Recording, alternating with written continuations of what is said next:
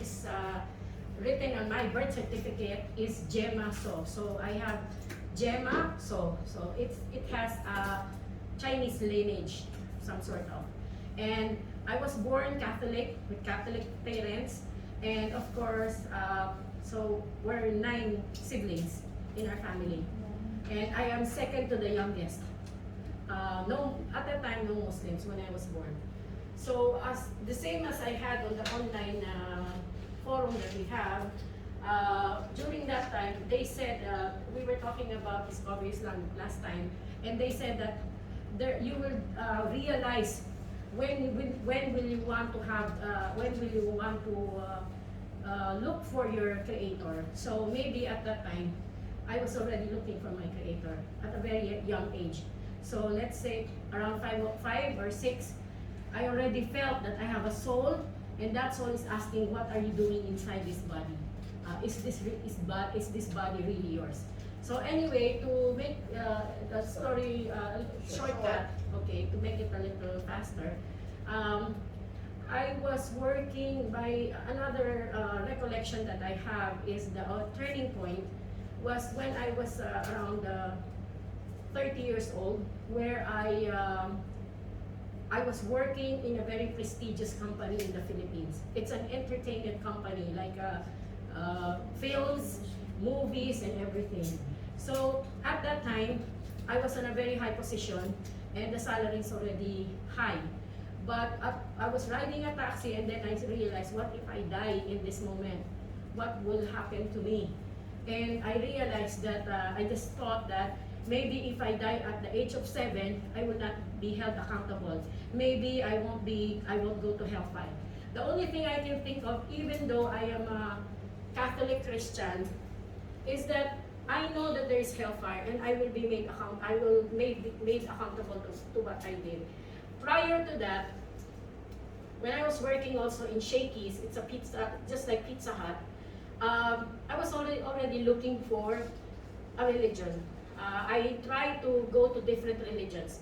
Since this is a Filipino community, I'm sure they know born-again Christian. They also know Iglesia ni Cristo. So also Marian Youth Movement, specifically in high school. This Marian movement, they are telling us that we should revere Mother Mary and follow her. And also in born-again Christian, because during high school, there is a debate during high school, because at the age of high school, youth are becoming more, they just try to discover things. They're more conscious of everything. So my classmates keep on arguing, why are you praying on an image? It can be a picture, it can be a sign of the cross or something that sometimes it's just a cross without the image, but it's still a cross that is symbolized. So that cross can be an image or just a wooden cross like this, no image at all. So at that time, they keep arguing, and there is a group that is called Born Again.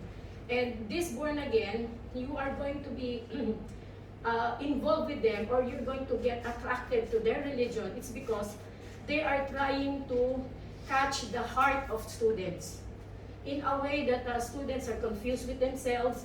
So they try to make a big circle of chair, and they're sharing. So if you are a student who's confused, whose parents are not taking care of them, and then this might be a good solution for you. It's just, wow, this is another outlet for me. I have a problem. This born-again Christian group are all amazing. They try to hear what I want to say. And not only that, they also have these Bible verses, and they share. And sometimes the Bible verses is very nice to hear. And it's like you're good in English when you memorize the Bible verses. So it's like, wow, you're intelligent, and you have a group. You are not outcast, something like that, when you are in high school. So what I tried to check there, but I wasn't really able to penetrate. I mean, I wasn't able to. I was not welcome in the born-again Christian, but I heard them saying so. So as I grew up, I still go to church, and I was a little saddened because people, especially during Christmas time, we have that nine nights. In that 9 nights, we go to church up until the Christmas day to pray. It's like a Fajr in the Islamic way. So we go there, and I was disappointed because all of my friends only go there with their boyfriends, and they're not really listening to the priest. They're just out embracing it themselves, enjoying themselves. They're not even going inside the church. So again, I was again disappointed. So at that time, when I was really trying to find Islam, I asked Jesus. I said, Jesus, I'm sorry. I think I want to go to Islam. They say that if I go to Islam, I can never go back to you. Those kinds of things. So and then what if you're God and then I already left you? Those kinds of things really bothered me. So I said, in my mind, I said, Jesus, I'm so sorry, but I have to go to Islam. Little did I know that I will really find the real Jesus in Islam. Not in the way they try to figure that Jesus is just like this. So that is not what I knew then, okay? So I said bye-bye to Jesus, not trying to cut off my relations to him, but I just asked permission in a way with him, talking to myself and with Jesus. And then there's my cousin who also reverted from Islam and gave me the verses of Surah Al-Fatiha. And she told me that,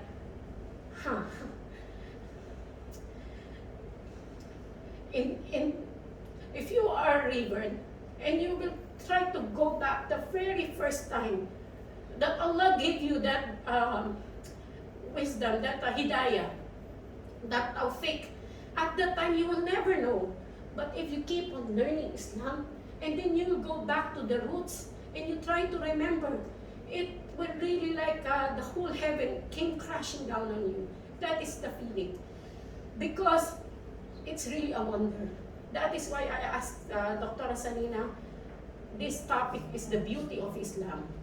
Because it is really indeed beautiful, wonderful, and no words can express. Why are we in Islam? Alhamdulillah, we are.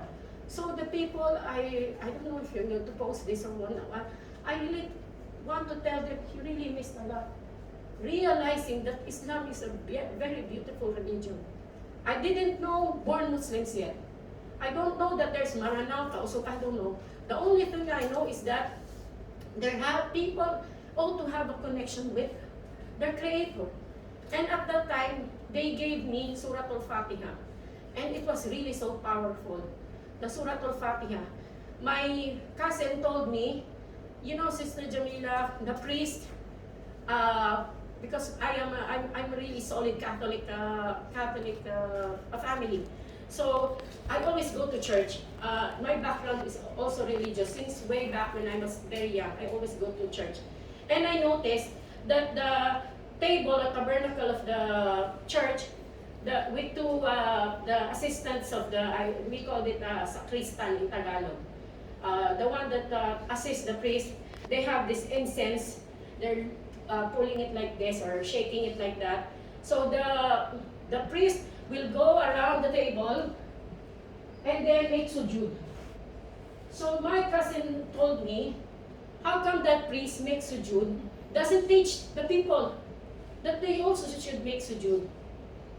So I said, oh, so this is where the sujood, it should be sujood, because sujood is it's a way of appreciating the Creator. It's not the creation, it's the Creator.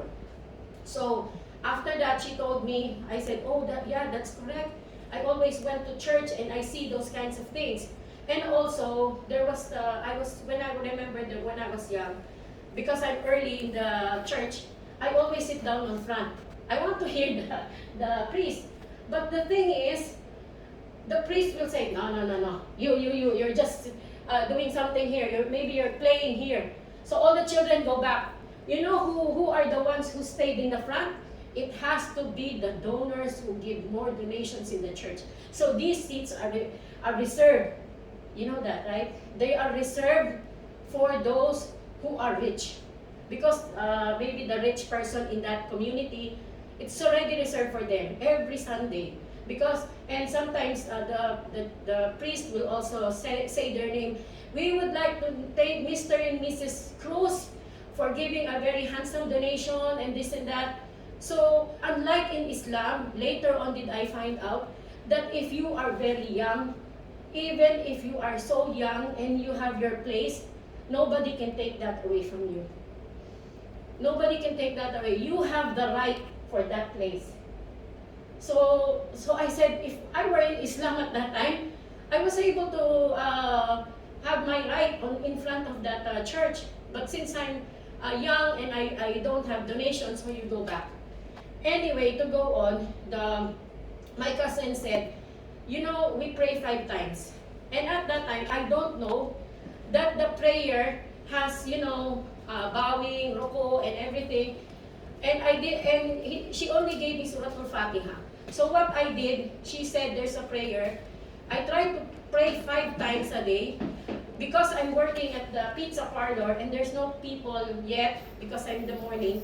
I will go inside the toilet, the bowl, I will close the bowl, sit down, and read Surah Al-Fatiha in English. I don't know, Surah Al-Fatiha makes me happy. Surah Al-Fatiha makes me at peace. So I just, since there's no yet a customer, I go inside the toilet, lock the door, and then recite Surah Al-Fatiha. And sometimes when I ride the jeep, I say Surah Al-Fatiha, only those things. And then I didn't make Shahada yet at that time. I just believe. So what I'm trying to say here, maybe some Muslims or some reverts or some Christians, Catholics there, they already have the hidayah. They already have the hidayah. But what shall we do? What shall we do as born Muslims? Maybe we need to check on them, to invite them, as they say. It's because, like in my case, that is what's happening. I didn't make Shahada yet because I didn't know that I have to make Shahada. And I was only given a piece of paper for Surah Al-Fatiha and I read it inside the toilet. And as I keep on going on, my mother was sick. She fell down and went to the hospital, and it's like some days. And I thought that my mother will die. So I asked Allah. I didn't know it was Allah. I said, oh Creator, whoever you are, please save me. Not my mother, but me, because I was suddenly afraid of death. So I said, is there any way that I can be like Moses? That is the specific thing I remember. Why Moses? Because I said, maybe I can go away, find some place. In Catholic, we say it, if you're going to marry the religion, not marry the mother of Jesus. No, you're going to have marriage with the religion. You have to go inside a convent where you're going to be a priestess, or you're going to be a mother or something they call it. Nun, okay, nun. I want that because I don't want the world. So I said I want to be like that in Muslim. So they say no. In Muslim you don't have to shut yourself inside a convent. You still need to live your life. And another thing, you normally live your life and you normally do the worship that all Muslims do. In spite of all the trials around you.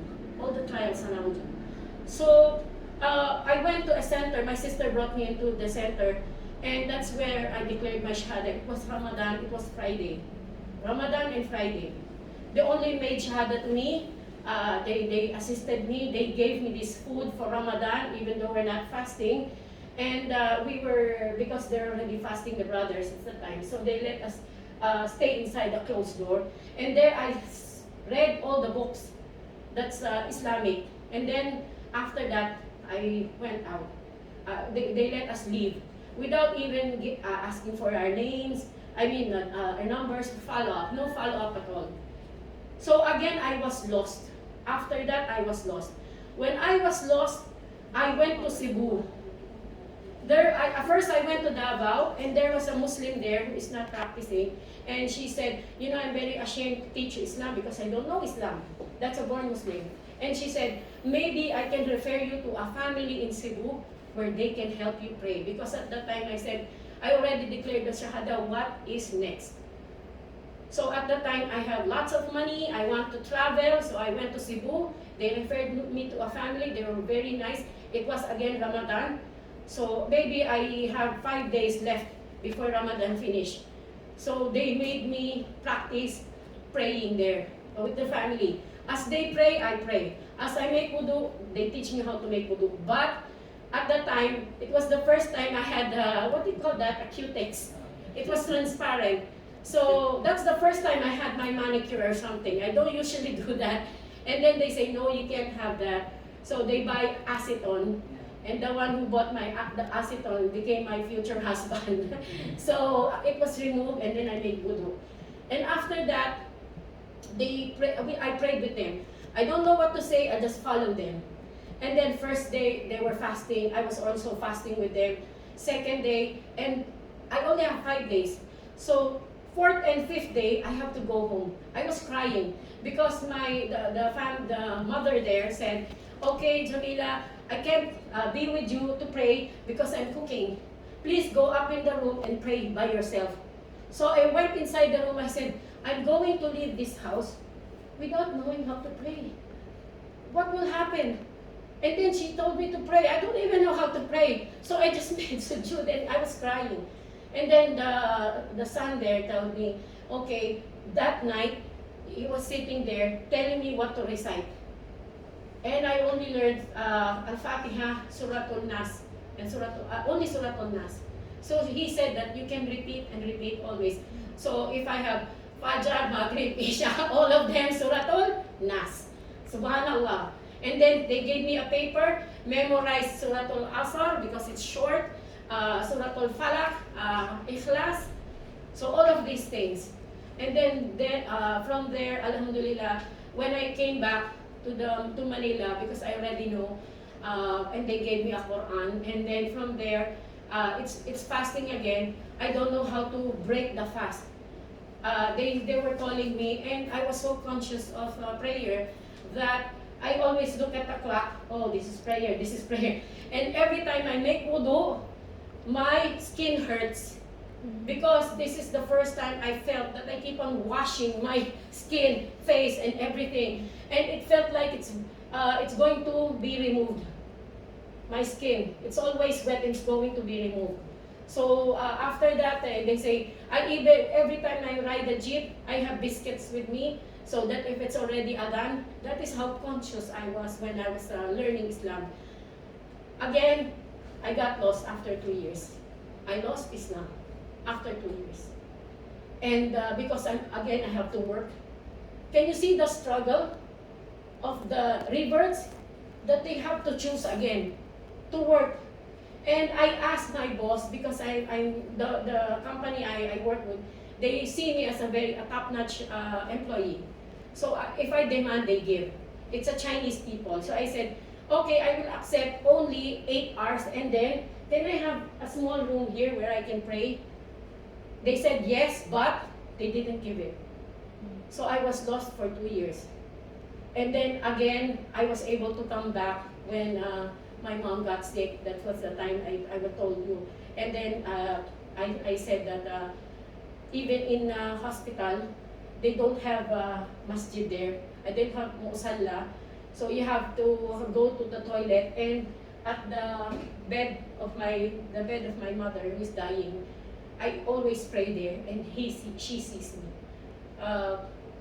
So in short, our family now has 3 Muslims, me and 2 sisters, and my older sister is 70, and she is learning hadith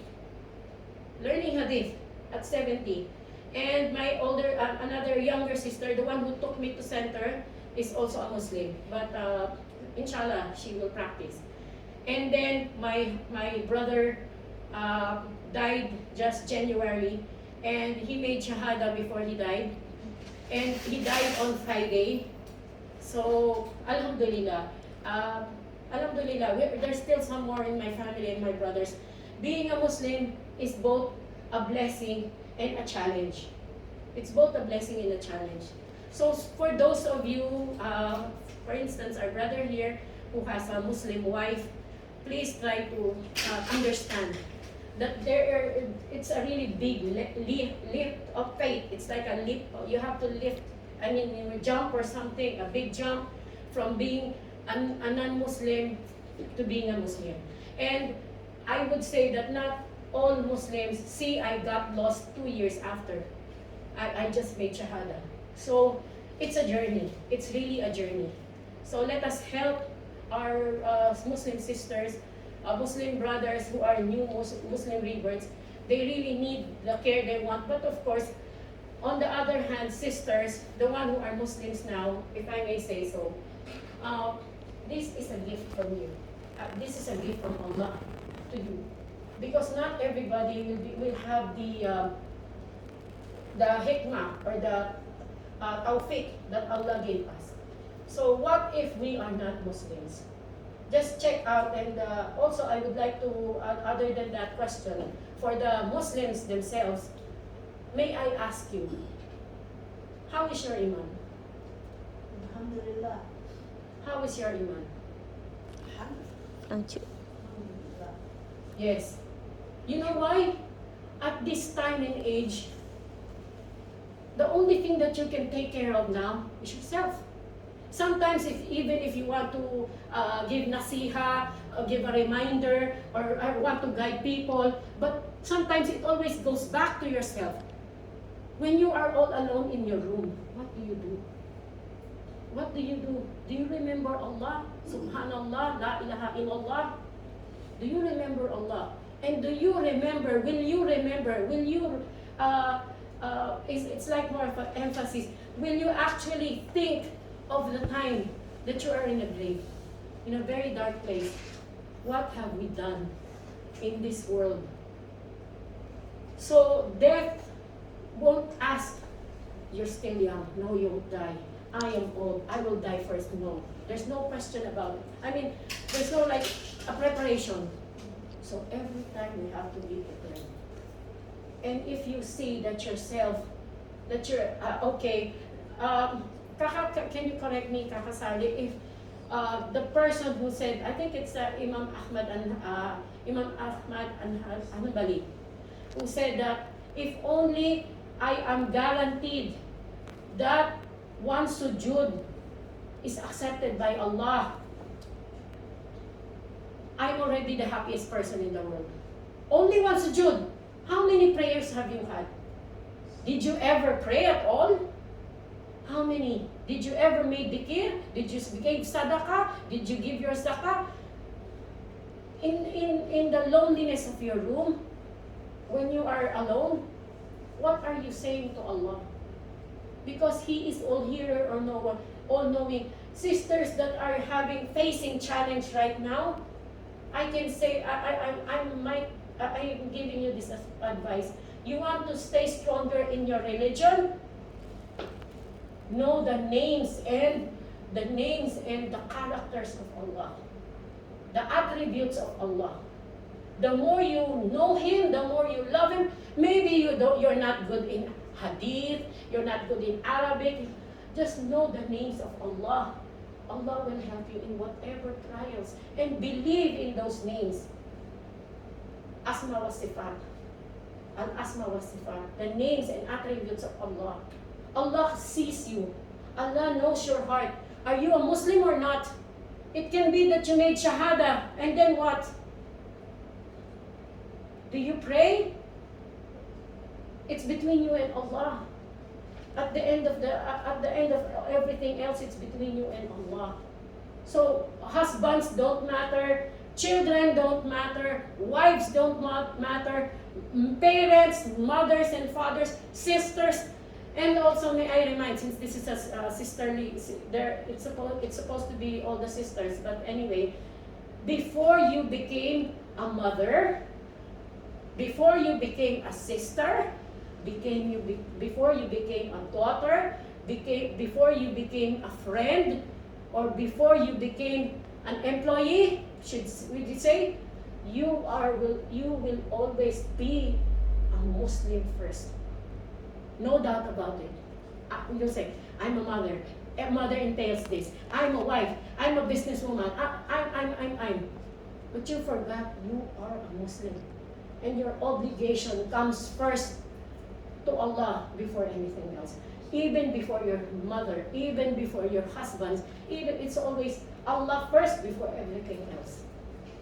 So, inshallah, maybe we can have some question and answer. I hope I didn't bore you with the little introduction I have for my journey to Islam. Inshallah. Assalamu alaikum warahmatullahi wabarakatuh.